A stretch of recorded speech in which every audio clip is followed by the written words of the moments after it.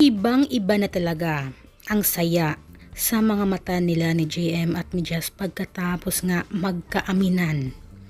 Pagkatapos nga ang mga controversial na pag-amin nila sa isa't isa na talagang may gusto naman pala si JM kay Jazz.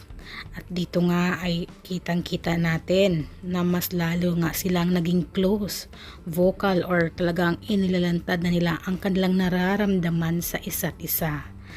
Dahil maririnig natin lagi kung sino yung mga nakapanood lagi sa Laz Live ay mapapanood natin, maririnig natin ang kanilang mga sinasabi sa isa't isa na talaga namang nagbabatuhan ng kung sino ang may gusto. At doon nga ay syempre kinilig ng bonggang-bongga si Jazz sa mga ginagawa or sa pag-care din ngayon ni JM sa kanya.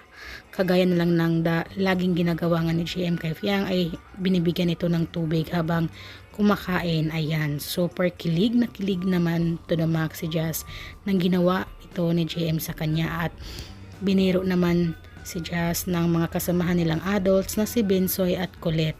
At mas lalong napalapit nga talaga sa isa't isa si Jazz at JM nang magkaroon nga ng task na bukod ang adults at teens ay dito na amin ni Jazz at nagkausap sila ng masinsinan ni JM. At dito nga ay parang meron na talagang ligawan na nagaganap sa kanilang dalawa.